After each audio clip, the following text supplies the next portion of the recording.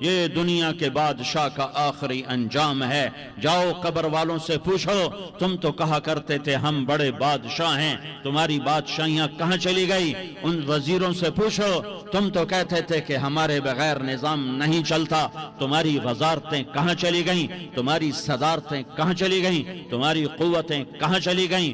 موت نے مٹا دیا، موت نے دبا دیا، موت نے ہلا دیا، موت نے لرزا دیا، موت نے کھڑکھڑا دیا۔ فَإِن مِتَّ فَهُمُ الْخَالِدُونَ، اگر میں آج مر گیا ہوں تو کیا آپ نہیں مرو گے؟ اگر یہ آج مر گیا ہے تو وہ نہیں مرے گا۔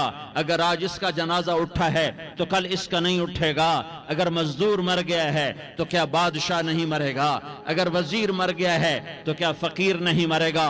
ہاں ہاں ہاں، سب کے لیے موت ہے، موت ہے، موت ہے۔ ایک طارق جمیل کی موت ہے، ایک احد، ایک زید عمر بکر کی موت ہے، اور ایک کل کائنات کو اللہ موت کی نیند سلانے والا ہے۔